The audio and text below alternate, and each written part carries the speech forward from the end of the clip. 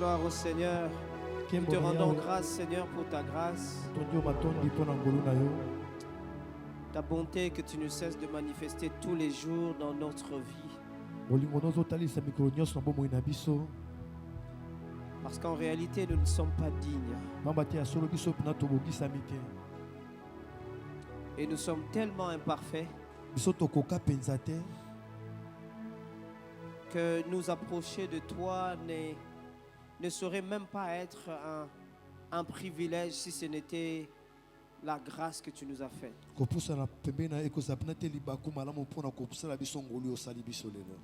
Ce soir, nous venons humblement. Humblement devant toi, te reconnaître comme notre roi. Mais te reconnaître aussi comme notre Père. Celui qui nous connaît mieux. Celui devant qui nous ne pouvons rien cacher. Nous nous exposons à ta présence. Et nous voulons que tu nous travailles. Que tu touches toutes ces parties que nous avons gardées pour nous-mêmes pendant autant d'années. Toutes ces choses qui sont pratiquement devenues comme des idoles.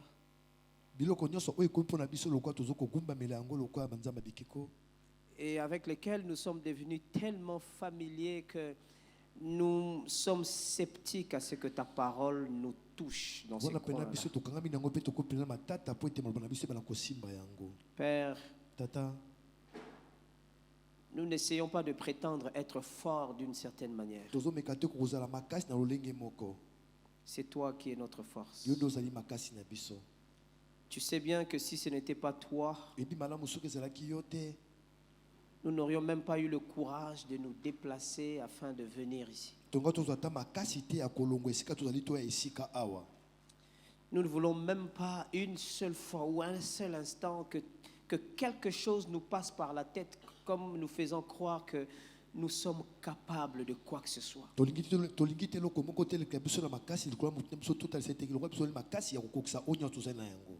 À chaque fois que nous nous sommes confiés en toi, nous n'avons jamais été déçus. Et nous ne comptons absolument pas faire confiance en quelque chose d'autre. C'est en toi seul. Garde nos cœurs dans ta présence. Tu connais combien nous sommes fous quelquefois. Mais tu sais que même dans notre grande folie, quelque part, nous savons que tu es l'essentiel de notre vie.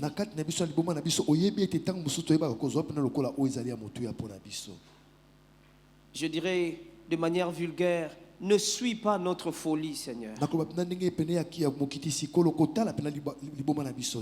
Ne regarde pas combien nous essayons de montrer aux autres que nous sommes forts. Parce qu'en réalité, tu nous connais mieux. Et tu nous aimes malgré tout. C'est pour ça que nous nous humilions dans ta présence. Pour te dire, travaille notre vie. Ne laisse rien que tu n'aies pas touché en nous. Merci parce que ton esprit est là pour ça. Nous reconnaissons sa présence et nous reconnaissons que tu es capable de faire au-delà de ce que nous pensons et demandons. C'est pour ça que nous n'avons pas peur en avance de te louer, de te rendre les actions de grâce. Parce que tu es celui qui a déjà accompli tout. Et nous sommes là pour bénéficier de ça. Merci encore une fois de plus. Au nom de ton Fils Jésus. Et par la puissance illimitée de ton esprit. Permets-nous d'aller profondément dans ces choses que nous allons étudier.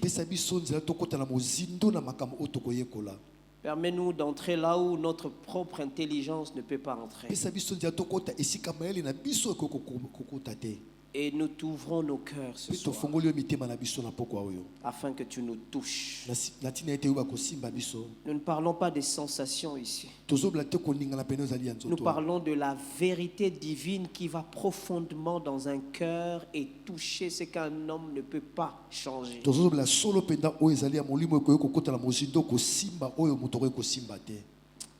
Merci Père. Amen. Amen.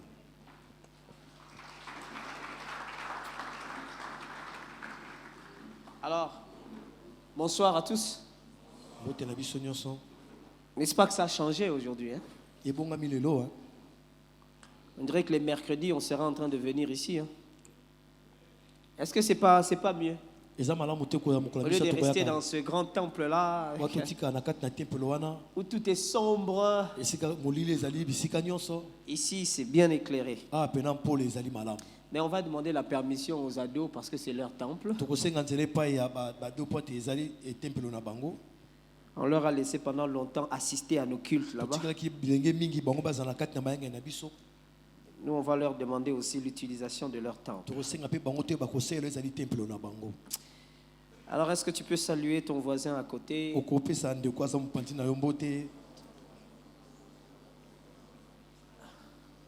Voisin, comment ça va?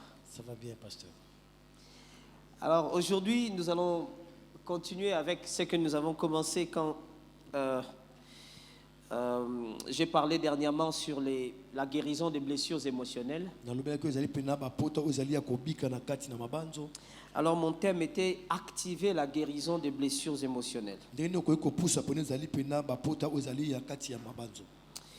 J'avais la fois passée parlé du fait que j'ai pris le temps de définir simplement ce qu'on appellerait guérir des blessures émotionnelles. Quand on dit guérir des blessures émotionnelles, beaucoup de gens pensent à beaucoup de choses. Alors j'avais dit c'était juste donner à Dieu la permission de soigner nos douleurs invisibles.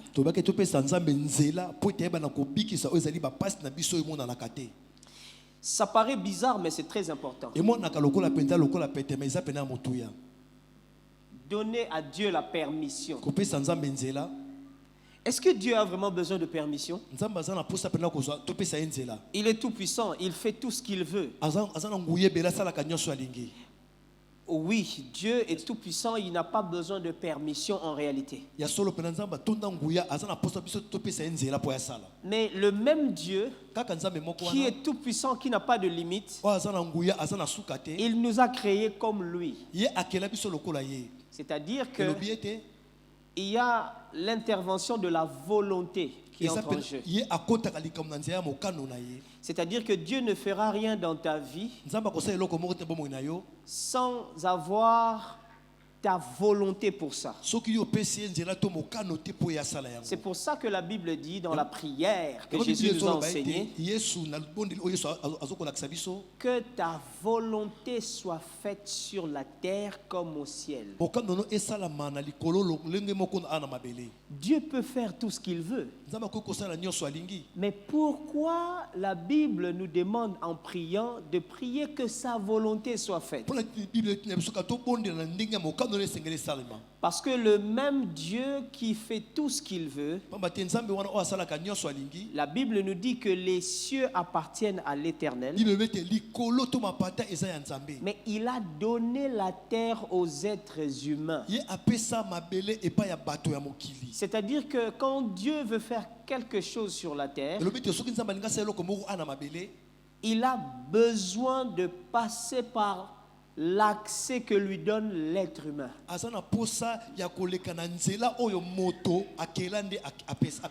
Attention, on n'est pas ici en train de parler de capacité, mais on est plutôt en train de parler de principe. Ça ne veut pas dire qu'il est incapable, mais ça veut dire qu'il sait être fidèle à ses principes. Et dans ses principes, il a dit pour tout ce qui concerne la terre, il a placé l'homme pour dominer sur la terre. À partir de ce moment-là, même quand lui, Dieu, veut faire quelque chose, c'est pas une affaire de... Il ne cherche pas ce que l'homme lui donne la capacité. Non. Il veut justement respecter le principe selon lequel il a donné à l'homme la gestion de la terre.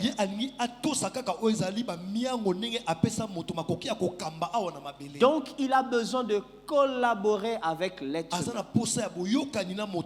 C'est pour ça même que pour nous sauver, il a dû chercher le concours d'un être humain.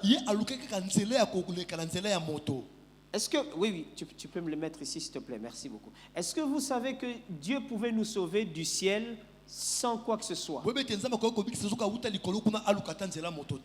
Mais pour nous sauver, il envoie son fils Jésus venir en chair, en être humain.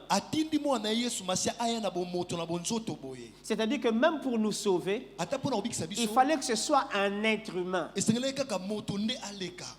Parce que c'est le principe de Dieu. Alors, guérir des blessures, le verbe guérir des blessures émotionnelles, c'est justement accepter que toutes les capacités illimitées de Dieu puissent opérer pour, n'est-ce pas, enlever nos douleurs invisibles. C'est très bizarre, hein? Jésus a la capacité de guérir. Il rencontre Bartimée, mais il lui pose quand même la question. En tout cas, en bon quinois, je me dirais, ou bien on a un poste au Bixanga, ou bien on a un poste au Bixanga. Comment il peut poser la question à Bartimée en sachant que veux-tu que je fasse? Qu'est-ce que tu veux? Oh, tu ne vois pas ce dans quoi je suis. Ça, c'est un être humain. C'est très difficile. Hein? Tu es en train d'aider quelqu'un et tu te rends compte que il te montre que, en fait, il n'avait pas besoin de ça. Je me souviens, j'ai donné cours de musique à un petit garçon. En 2010. Son père était un Anglais d'origine et sa mère était africaine. Alors, c'était un garçon un peu difficile. Et pour essayer de travailler son caractère, on lui a trouvé donc quelqu'un qui pouvait aussi, à part l'école, lui donner le cours d'art.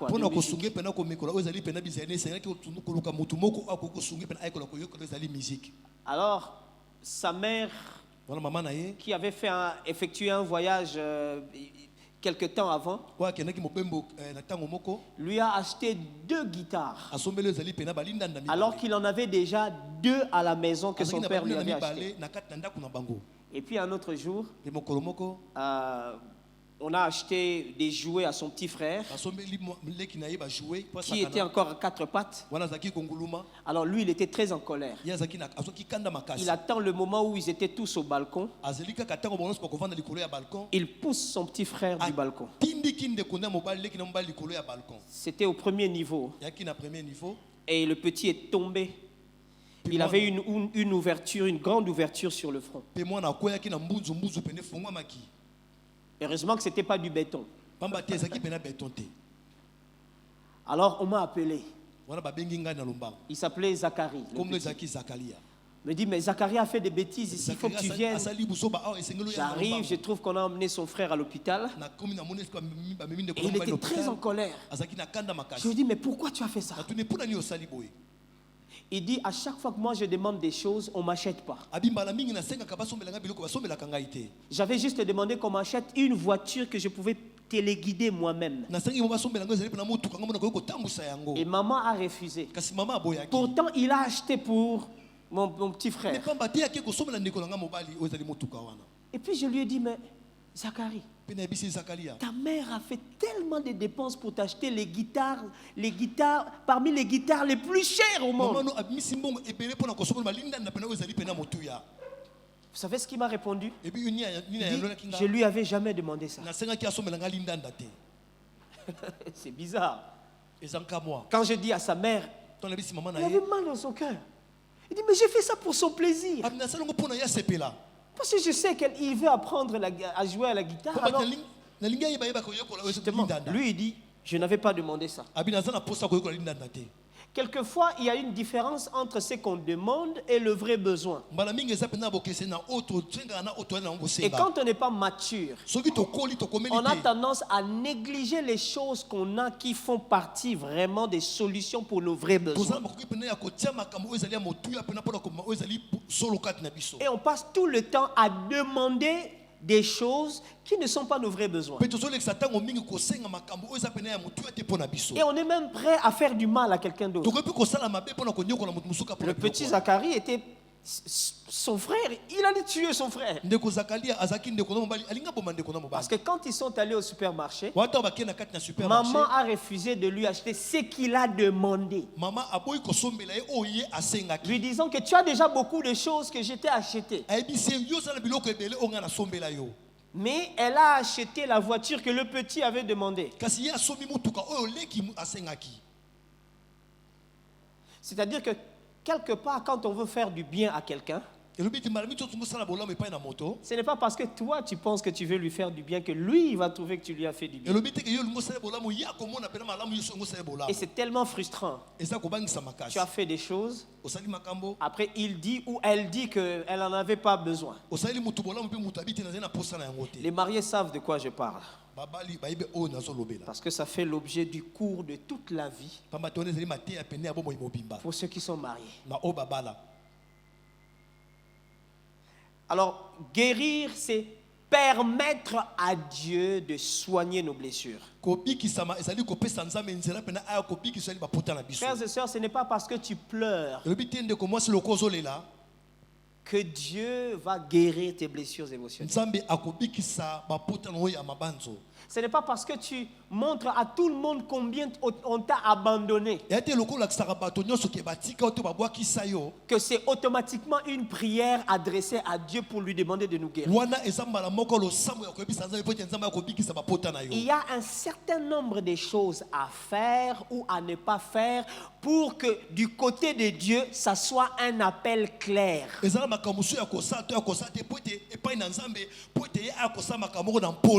Quand tu fais ça ou quand tu ne fais pas ça, pour Dieu, c'est un appel que tu lui fais pour qu'il vienne te guérir. Mais il y a certaines choses, tu vas te mettre à les faire. Pour Dieu, ce n'est pas une permission que tu lui donnes de te guérir.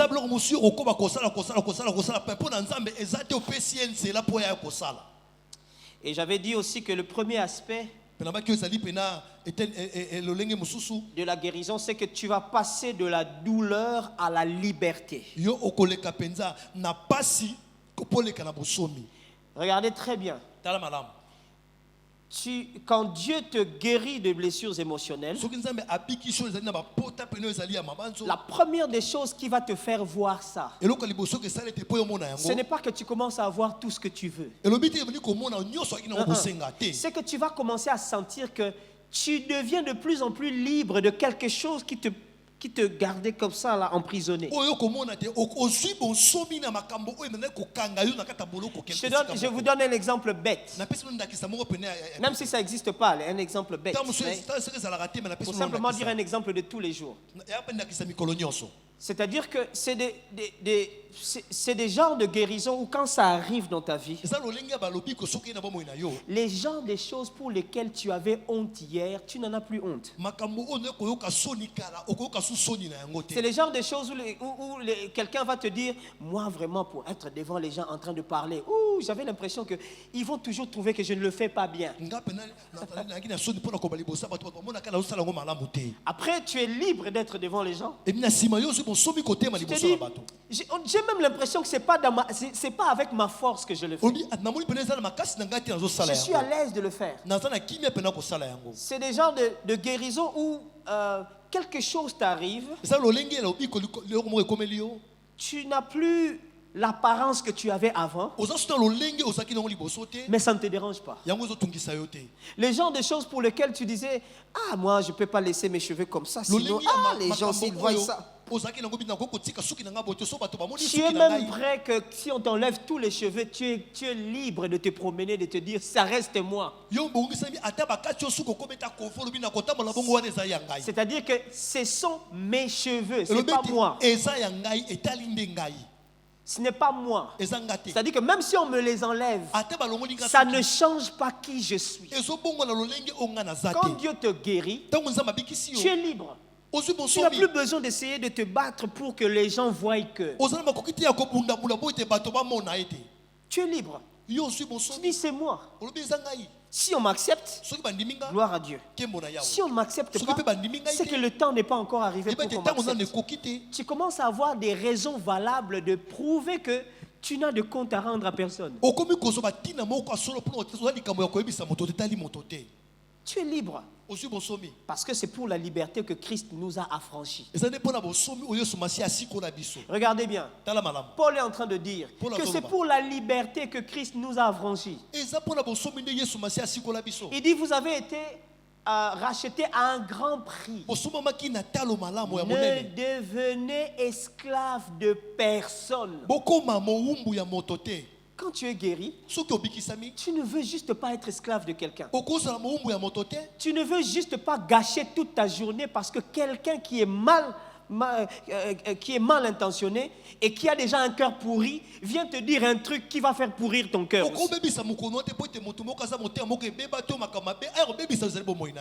Je refuse que moi qui suis racheté par Dieu, moi qui marche avec la paix du cœur que Dieu m'a donné, je refuse qu'une phrase de quelqu'un m'enlève la paix.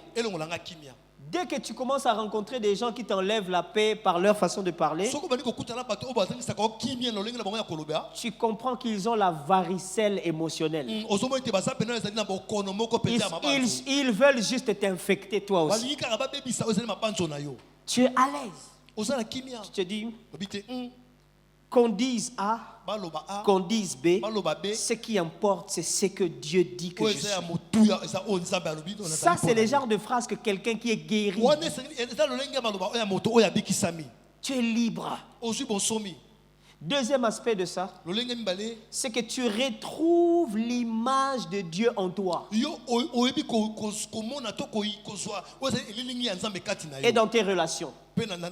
Dans tes relations. La chose la plus importante pour toi, c'est ce que Dieu est pour toi et comment cette relation avec Dieu peut impacter ta relation avec les autres. C'est fini. C'est-à-dire, c'est ce que Dieu dit de moi qui importe. Pas ce que les hommes pensent.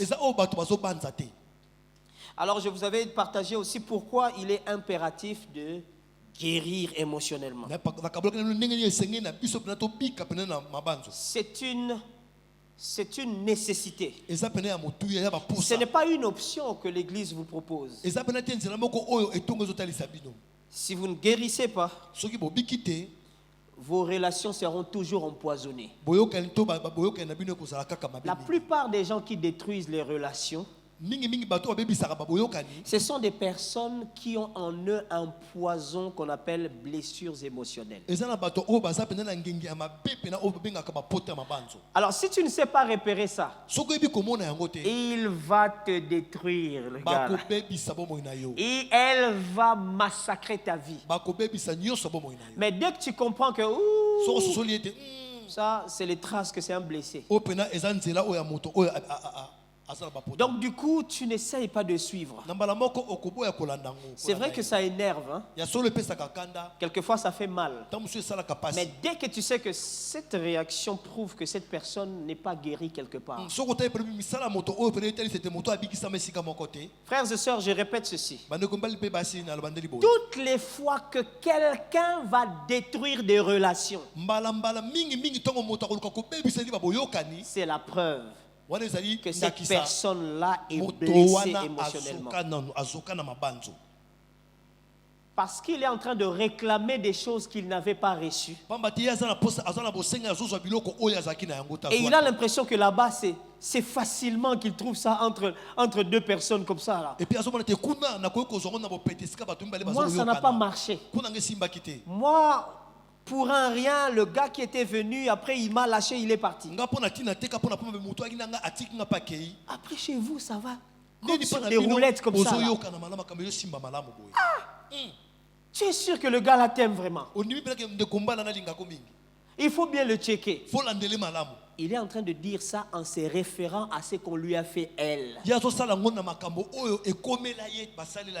Du coup, toi, tu suis ça. Peut-être.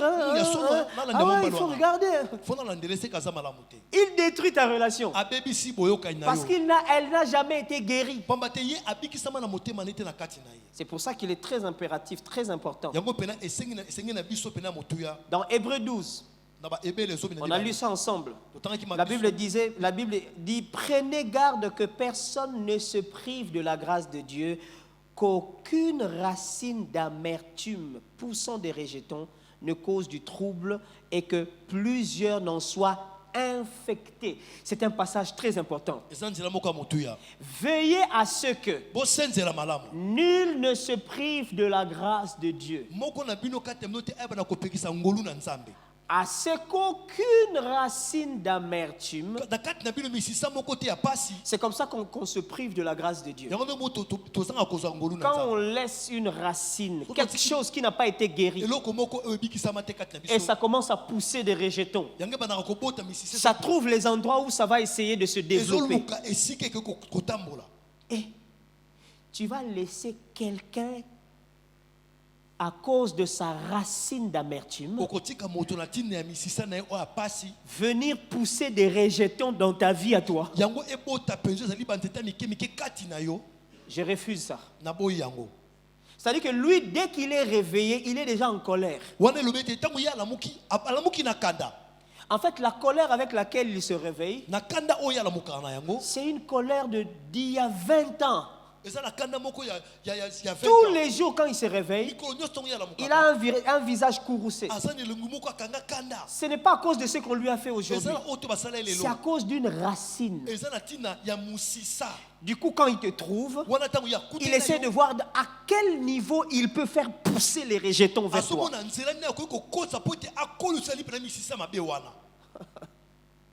Et si tu n'es pas sage, tu entres dans son jeu. Pourquoi il faut guérir?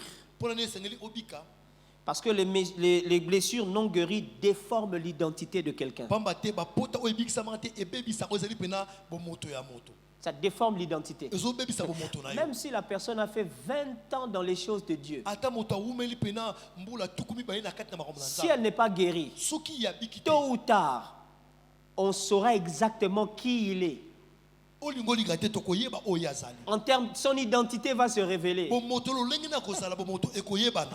Judas a vécu 3 ans avec Jésus. Vous imaginez que Jésus fait l'élimination. Il élimine d'autres personnes. Judas se retrouve parmi les choisis. À un moment, je me dis, est-ce que c'est le discernement qui a manqué à Jésus ou pas? Non. Ça veut dire que Dieu donne toujours plusieurs chances à n'importe qui. Ne pensez pas que parce que nous venons à l'église ici, tous nous sommes blancs, plus blancs que neige. Les blessures sont déjà parties.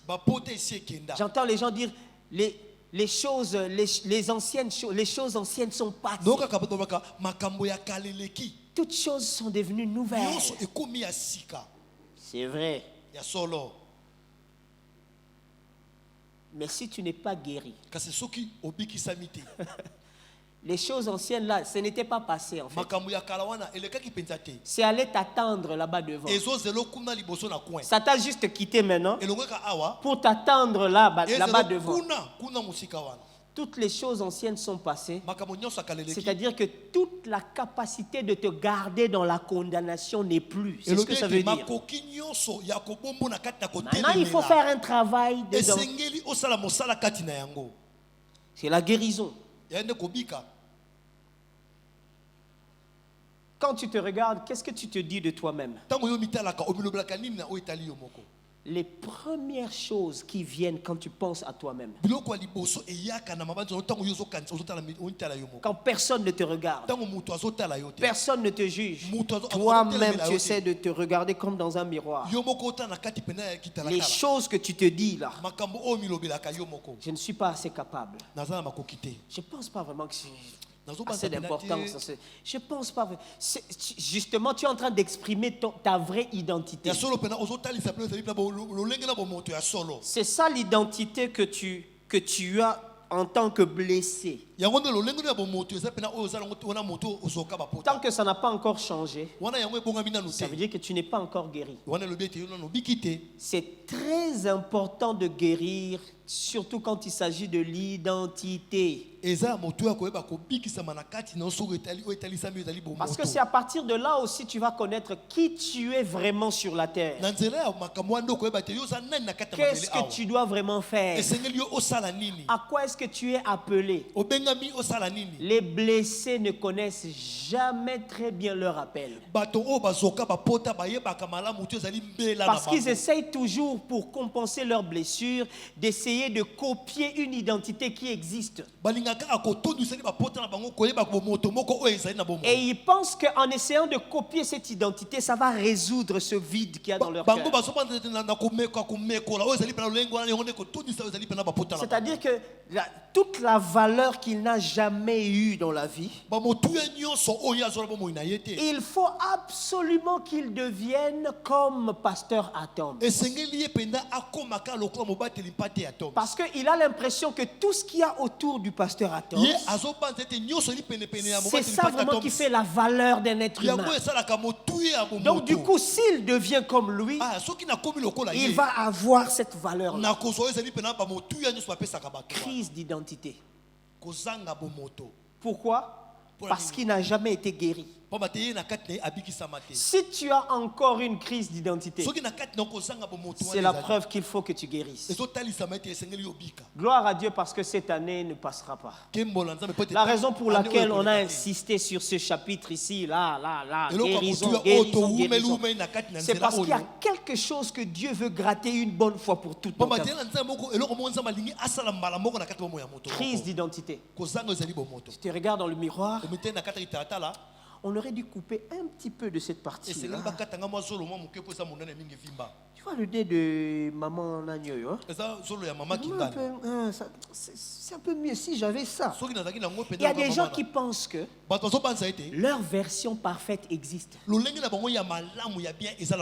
Et cette version parfaite, il faut juste prendre le nez de maman telle, prendre les yeux de la jeune sœur telle, prendre les jambes de telle personne. Si tu assembles ça, je deviens parfait. Crise d'identité. Tu dis, les gens m'apprécient beaucoup, mais ça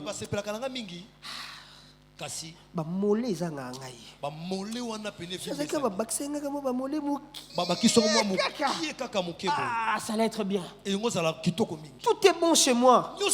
Mais Seigneur, pourquoi tu as donné à d'autres femmes la poitrine? Moi, tu peux même pas augmenter ça. Crise d'identité. C'est-à-dire que quelque chose me fait dire que j'aurais été mieux si. Tu dois guérir. Tu dois guérir. Il faut que tu guérisses. Si tu ne guéris pas, on va demander au Saint-Esprit de te mettre de force sur le lit d'hôpital.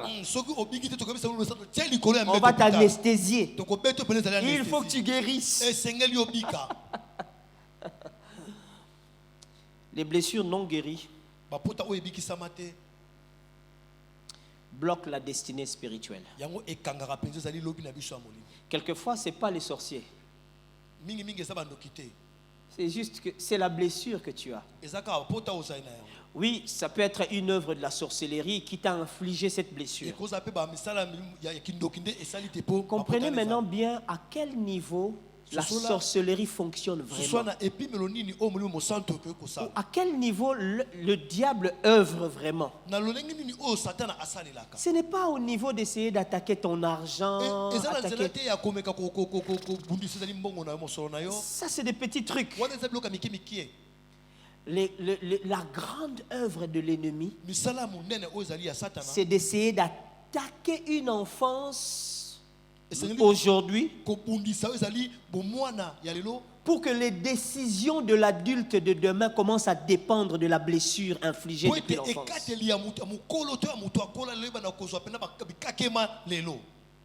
Alors, le diable, vous savez qu'il ne peut pas voir votre avenir. Il ne peut pas voir ça. Et c'est une bonne nouvelle, non?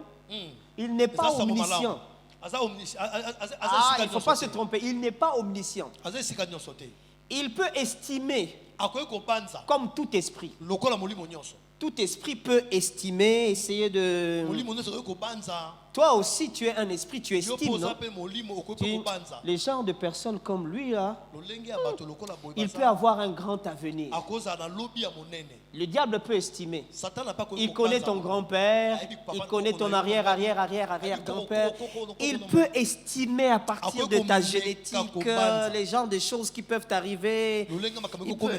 À partir des choses qui se passent autour de toi, il voit... Comment un petit enfant comme ça? Mais les rois mages viennent le voir.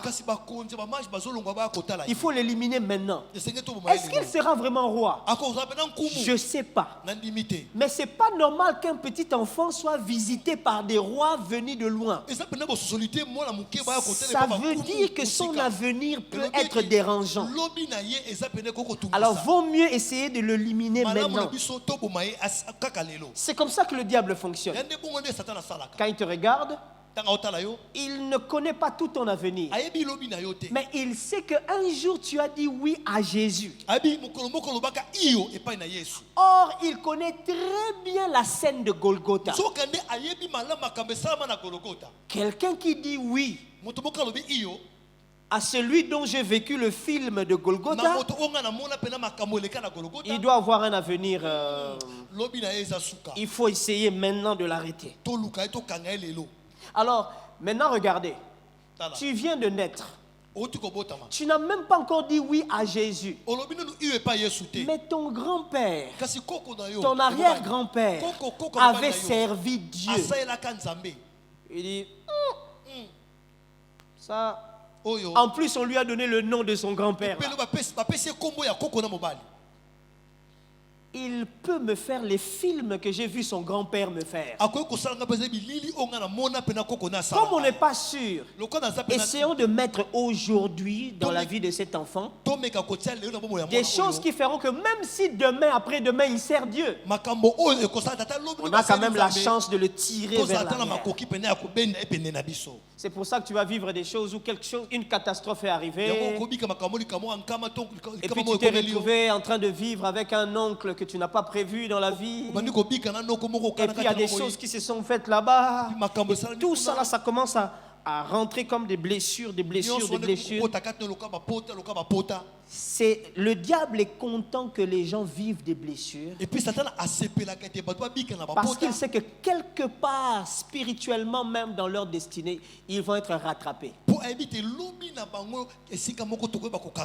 Ce n'est pas pour rien que quand Jésus entre en scène, il annonce son agenda. Il dit: l'Esprit du Seigneur est sur moi. L'Éternel m'a oint. Il m'a envoyé pour annoncer la bonne nouvelle aux pauvres et tout de suite pour guérir les cœurs brisés. Littéralement guérir les cœurs blessés. Donc normalement dans nos églises, quand quelqu'un vient à Christ, la première des choses qu'on devrait suivre, c'est la guérison des blessures. Parce que regardez dans ce passage, c'est après seulement qu'il parle de libérer les captifs. Tant que tu n'es pas guéri, le nombre de fois que tu tombes ici, les démons partent. En fait, on est en train d'empirer ta situation. On est en train d'empirer ta situation. Je le crois fermement. Et je le partage toujours avec les pasteurs. Que nous sommes la cause du fait que la situation de certaines personnes est devenue pire. Parce que on a eu le plaisir de chasser les démons n'importe quelle manière, sans se rassurer que la blessure qui a attiré les démons n'a pas été guérie.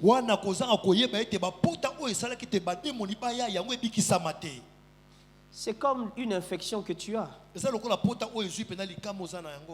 Tu as une plaie qui s'est infectée. Et puis les parasites commencent à venir. Le grand travail à faire, c'est de guérir la plaie. Et non d'essayer de se débarrasser des parasites. Ça servirait à quoi d'enlever les parasites et laisser la plaie non soignée? Ça va empirer la situation. La Bible appelle ça comme ceci. Quand un esprit méchant quitte quelqu'un, là où il va, il est intentionnellement en train de réfléchir et de planifier. Est-ce que cette maison-là a été arrangée, remplie?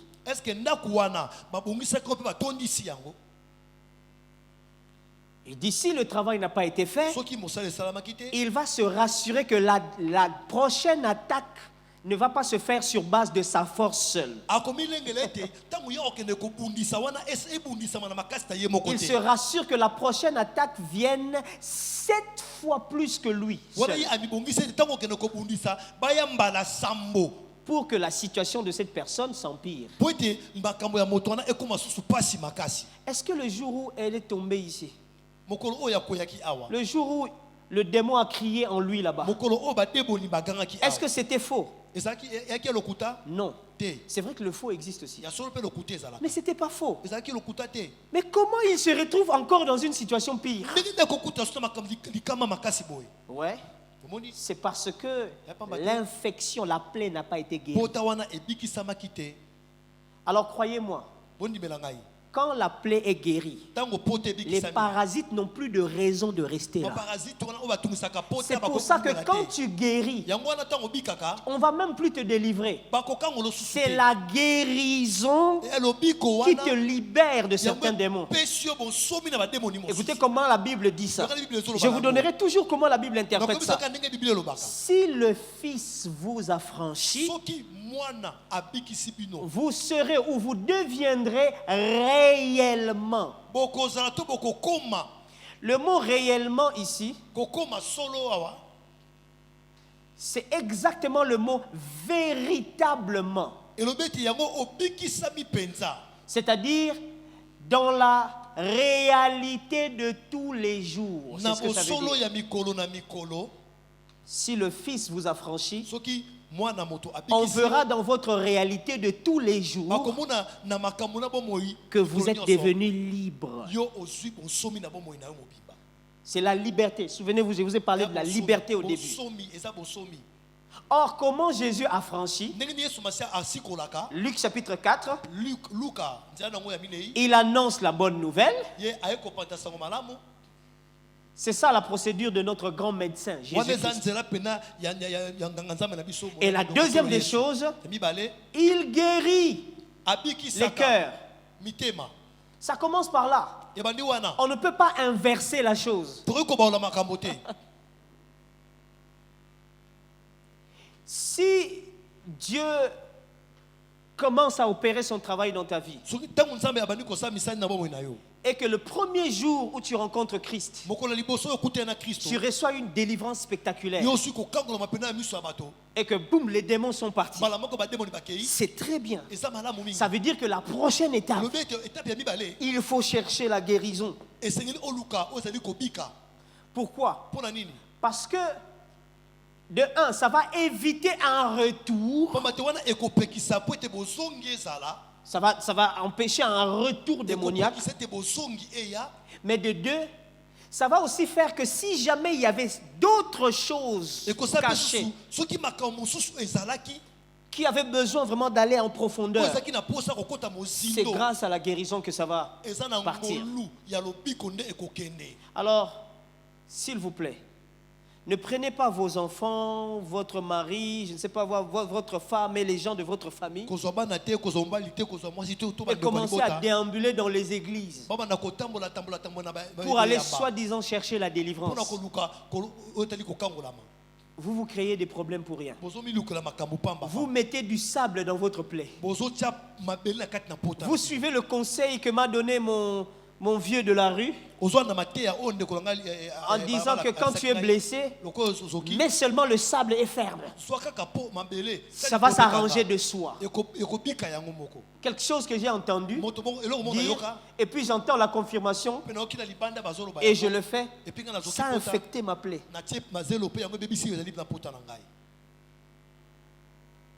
Alors s'il vous plaît, n'infectez pas vos plaies. Cherchez à ce que Dieu les guérisse.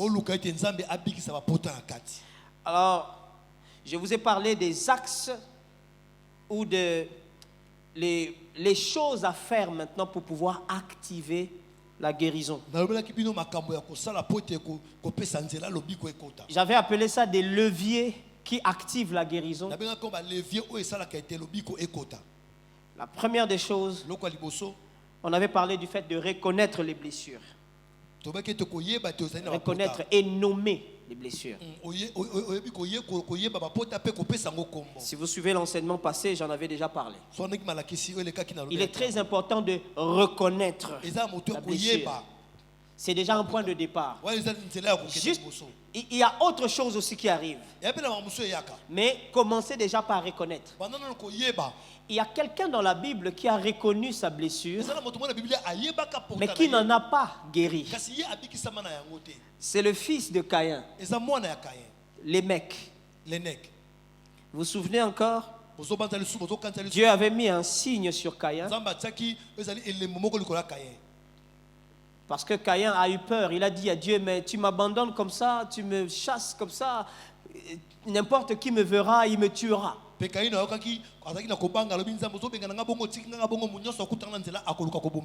a dit, tout celui qui tuera Caïn, Caïn sera vengé 7 fois. Alors, ça c'est ce qui a été dit de Caïn. Alors quand vous continuez, vous allez voir qu'on nous parle d'un fils de Caïn. Pas un fils direct, mais un fils plus tard dans ces générations suivantes. Il s'appelait Lémec. Et un jour, Lémec, on peut lire ça ensemble. C'est dans Genèse chapitre 4. Vous allez voir quelqu'un qui a reconnu exactement sa blessure, mais il n'en a pas guéri. Dans le verset 15 de Genèse 4,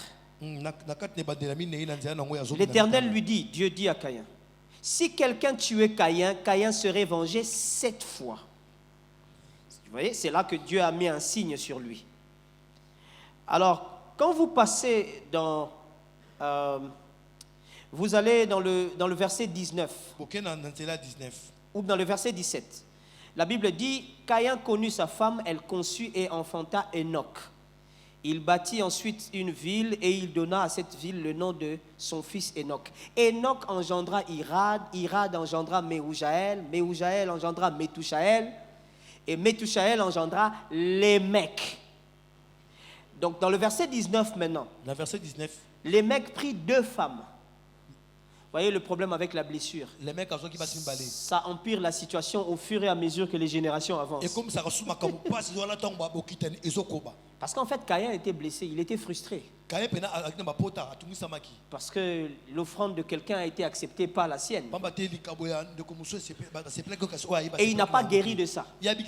N'ayant pas guéri de ça, il a tué. Maintenant, il va avoir un petit-fils.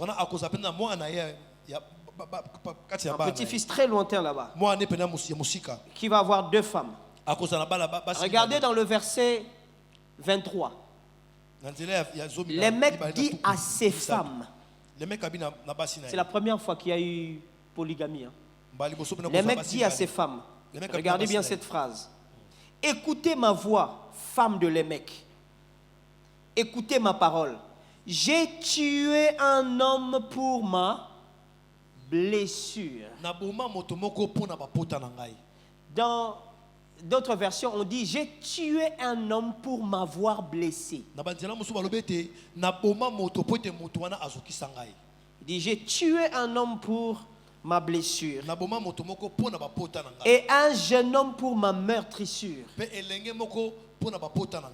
Il reconnaît justement que le fait qu'il fasse du mal, c'est parce qu'il a été meurtri. Il a été blessé. Voilà. Il dit, regardez bien, je ne sais pas avec quel ton il le disait, mais il le dit facilement. C'est comme si quelqu'un aujourd'hui dirait, bon, je mets ça dans ma version à moi. C'est-à-dire que, écoutez, vous mes femmes là, écoutez.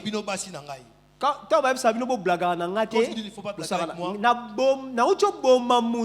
viens de tuer quelqu'un parce qu'il a blagué avec moi. Vous connaissez ce genre d'expression? Il y a des gens qui parlent facilement comme ça. Tu blagues avec moi? Moi je tue. Quand on te donne la nouvelle là-bas, moi je viens de tuer quelqu'un. Il y a eu une blessure. Et d'ailleurs la personne reconnaît justement. Le mec est en train de reconnaître clairement. J'ai été blessé. Et ben ça m'a poussé, j'ai tué. Il a reconnu, mais il n'a pas guéri. Reconnaître, c'est déjà quelque chose de très bien. Parce que comme vous le savez, n'est-ce pas, la Bible nous dit que celui qui cache ses transgressions ne prospère point. Quand vous cachez vos blessures aussi, c'est comme un malade qui ne veut pas que le médecin voie vraiment le vrai problème. Ça, c'est le genre de choses que moi je faisais quand j'étais petit. Je n'aimais tellement pas l'injection que dès que le médecin vient, est-ce que tu as... Je dis, non, j'avais juste un peu mal ici, mais c'est fini déjà. Je vais bien déjà. C'est bon, je vais déjà bien. Et pendant ce temps, j'ai mal à la tête. J'ai la fièvre. Et j'ai dit à mon cousin qui était médecin, non, ça va bien. Je n'ai même pas besoin de tricot, de pull. Je n'ai même pas froid. Je vais bien. Mais j'ai froid. Il y a beaucoup de gens qui font ça. Dès qu'ils sentent que Dieu est sur le point de sortir quelque chose qui doit guérir en lui, il cache ça très vite. J'aimerais vous dire une vérité. Certaines situations qui se passent dans des endroits comme l'église, la famille, au travail, c'est justement une sorte de diagnostic médical divin. C'est Dieu qui essaye de diagnostiquer ton problème. C'est pour ça que quand tu es à l'église, sois toi-même. Sois toi-même. N'essaye pas de cacher des choses. Si tu as un défaut, laisse-nous voir ce défaut. Parce que c'est comme ça que Dieu va te guérir. Il y a des gens, dès qu'on a découvert, tu vas inventer un autre mensonge pour couvrir le premier. Et le mal avec le mensonge, c'est que tu en inventeras encore pour justifier le précédent. Jusqu'au jour où tu ne sauras rien inventer. Omibomi karamba. C'est-à-dire à ce niveau ici, je ne sais plus comment cacher. Vaut mieux que je ne sois plus là. Tu te tues. Tu n'as pas besoin de ça. Reconnaître la blessure. Deuxièmement, choisir le pardon. C'est là même que je m'étais arrêté dernièrement. Et j'ai l'impression que je ne pourrais même pas avancer. Parce que je sentais dans mon cœur le besoin de reprendre encore et encore. J'avais dit choisir le pardon. Et j'avais lu avec vous Colossiens 3. La Bible dit supportez-vous les uns les autres. J'aime la deuxième partie. Si l'un a sujet de se plaindre de l'autre,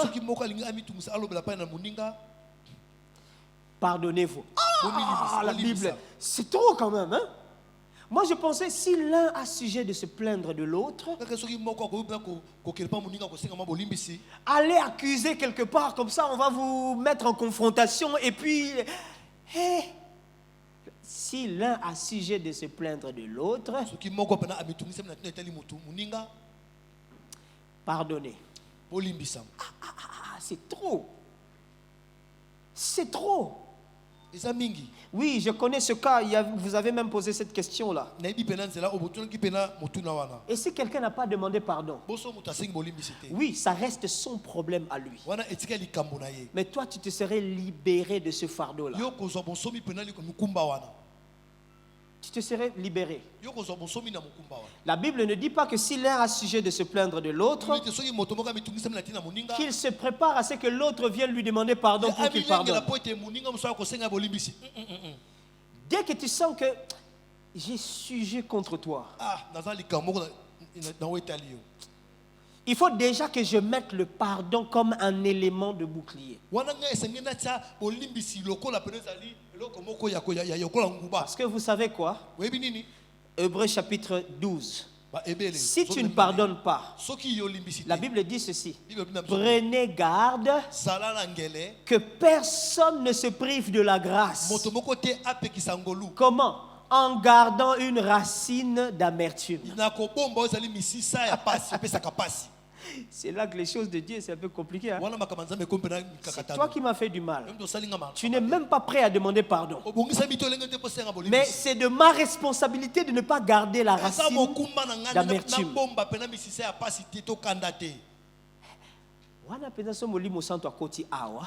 Attends, même le Saint-Esprit est entré ici. Il commence à nous scanner ici. Moi le premier. Non, j'ai des choses contre des gens. Est-ce que je les ai déjà pardonnés? Non, ça là aussi quoi. Je dois faire ça maintenant. Le pardon. C'est là que tu comprends comment Jésus pouvait dire Père pardonne-leur. Car il ne... Non, il y a souvent les quand même. Non, pour Jésus c'est vraiment exagéré. Jésus, tu exagères. Tu exagères. Tu veux dire qu'ils ne savent pas ce qu'ils font? Ah! Yesu bayebi. Bayebi maramba ça. Bayebi. Justement, le fait que bayebi, comme eux ils savent, est-ce que ça veut dire qu'il ne faut pas leur pardonner? Est-ce que yango elobi toko kolimbisa bango te? Non. C'est-à-dire qu'il y a une part de responsabilité chez la personne qui a blessé, mais il y a aussi une part de responsabilité dans le cœur de celui qui est blessé. Je vous ai dit, activez le levier guérison. C'est C'est pas facile. Hein? Il existe des gros leviers. Hein? Vous avez déjà vu des gros leviers pour activer ça? C'est-à-dire que faut vous attendre 3. C'est-à-dire que il m'est arrivé une fois. Quelqu'un m'a tellement choqué. C'est-à-dire que pas c'est l'équipe tellement que j'ai appelé Pasteur Muchipai. Servir Dieu sincèrement. Nous les serviteurs, on n'est que des menteurs, je te dis. Je me dis, qu'est-ce qui s'est passé encore? Je dis, tu es où? Je viens là où tu es. C'est-à-dire que les vieux, on est 1 kilo. Je ne pourrais pas moi-même. Il faut que quelqu'un d'autre. Je lui raconte quand même ça. Et ça aussi.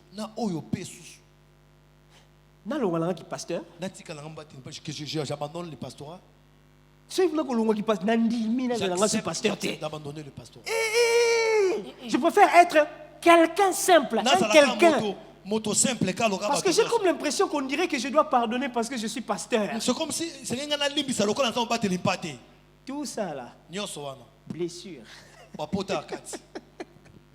Blessure. Mais je vous assure, s'il y a un grand levier qui n'est pas facile à activer, mais qui est très efficace, c'est le pardon. Reconnaître la blessure, même les mecs ont reconnu. Hein? Mais pourquoi il n'a pas pu pardonner à la personne qui l'a blessé? Lui, il a tué. Parce qu'il n'a pas été guéri. Alors, le pardon. Je vais terminer par le 3e levier. Comme ça, le 4e, j'en parlerai prochainement. C'est laisser le Saint-Esprit renouveler notre identité. Le grand problème avec la blessure restera toujours un problème d'identité. Parce que la blessure te change ton identité. À cause de ce qui t'a été fait, du coup, tu as l'impression d'être devenu. C'est-à-dire que c'est-à-dire qu'en ce moment-là, tu te dis, Naza Kizengi. Non, je suis bête. Il y a un changement d'identité. Non. Du coup, tu as l'impression que si je ne fais rien, Naza Kizengi.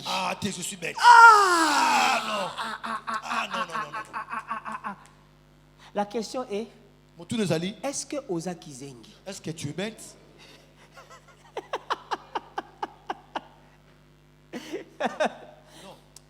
C'est des petites choses comme ça, de rien du tout.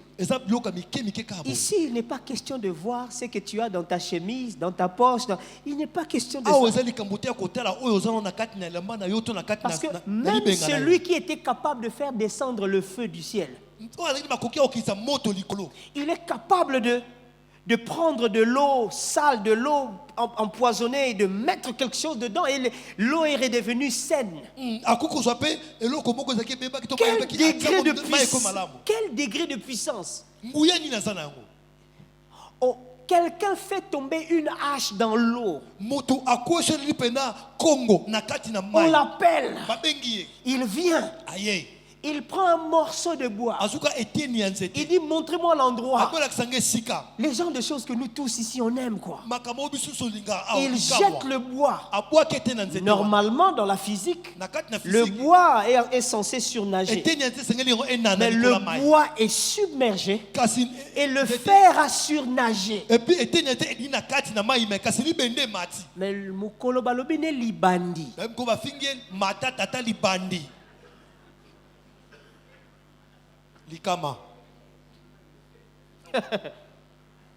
Comment se fait-il? Et ça la maranengeni. Azalaki libandi, oui ou non? Azalaki libandi. Oui, il était chauve. Pour ceux qui m'a bengi azalaki yango. Si on t'appelle, tu es chauve, c'est normal. Qu'est-ce que ça lui a donné comme identité en ce moment-là?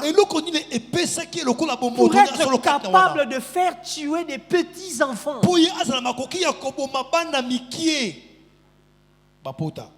Un souci avec les blessures.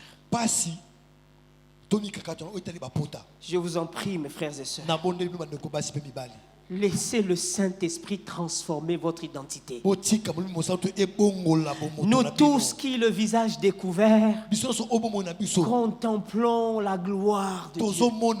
Nous sommes transformés en la même image. Dieu a prévu de transformer notre identité en transformant notre image. Tu n'es pas ce qu'ils disent que tu es.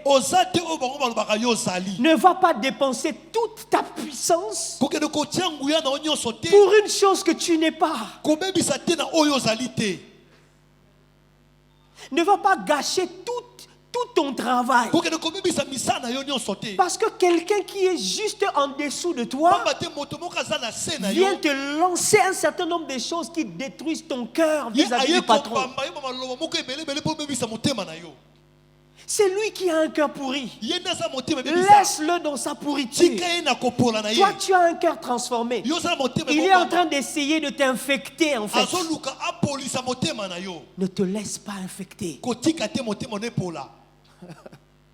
Yende mutandi makate ke longine eza bien. Yemo kwa yebi ke longine eza mabe. C'est pour ça qu'il est en train d'essayer de t'infecter pour que toi aussi tu commences à te considérer comme quelqu'un qui est moche. Tu vas te battre contre ça. T'as pas besoin de ça. Tu as une autre identité. C'est l'identité que te donne le Saint-Esprit. Laisse le Saint-Esprit te donner une nouvelle identité. Tu es ce que Jésus a dit. Vous voyez l'importance de votre liste qu'on vous donne dans le livre Métamorphose. Je suis ceci. En Christ, je suis libéré. En Christ, je suis accepté. En Christ, je ne suis pas blâmable. En Christ, je suis saint. En Christ, personne ne peut enlever l'avantage que j'ai. Tu as une identité en Christ. Ne laissez pas un motard, en percutant ta voiture, t'enlever ton identité.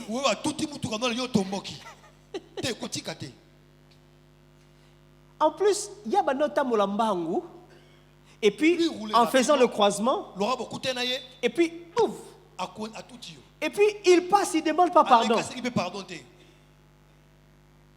Basengaye pardon jamais na vie. On n'a jamais demandé pardon à Wewa. Ne te blesse pas pour quelqu'un qui a un cœur pourri. Laisse-le passer. Fais ton chemin. Amen. Amen. Nous allons prier Dieu. Je ne sais pas quel est cet aspect de ta vie qui a changé ton identité. Mais j'aimerais ce soir juste que tu dises un mot à Dieu. J'aimerais que tu dises à Dieu, je ne suis pas ça. Je suis ce que toi tu dis que je suis. Je ne sais pas quelle est l'image que tu as commencé à avoir de toi-même. Je ne sais pas qu'est-ce qui a provoqué même ça. Tu as l'impression d'être incapable. Tu as l'impression d'être... On dirait que quelque chose te manque toujours.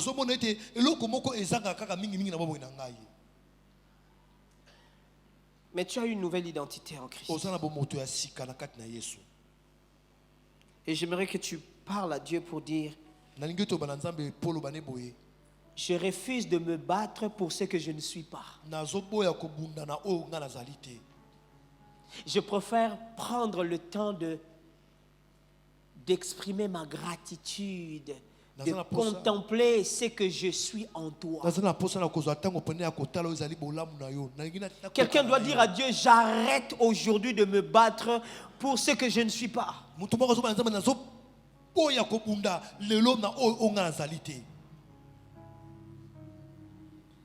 Est-ce que tu peux commencer à parler à Dieu? Oh Seigneur.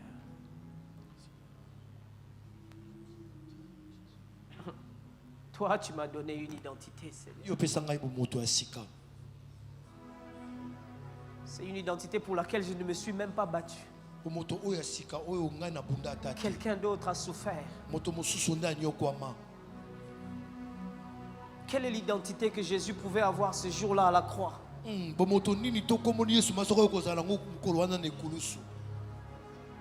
Lui qui n'a fait aucun mal. On l'a flagellé. On lui a donné des coups. Il a été défiguré. Il a perdu l'image acceptable devant les hommes. Pour que moi je reprenne l'image que le monde a voulu détruire de ma vie. Ce soir, j'accepte ce que je suis en Jésus. J'accepte cette image, cette identité que Christ me donne. Je refuse de me battre pour une identité qui n'est pas mienne. Je refuse de me battre pour ce qu'on dit de moi, alors que ce n'est même pas vrai. Oh Jésus. Jésus. Tu m'as donné une identité. Tu m'as donné une vie.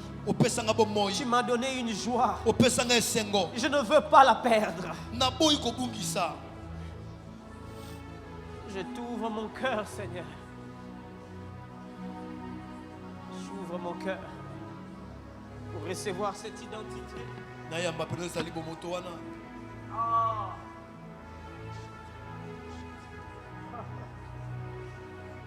La transformation.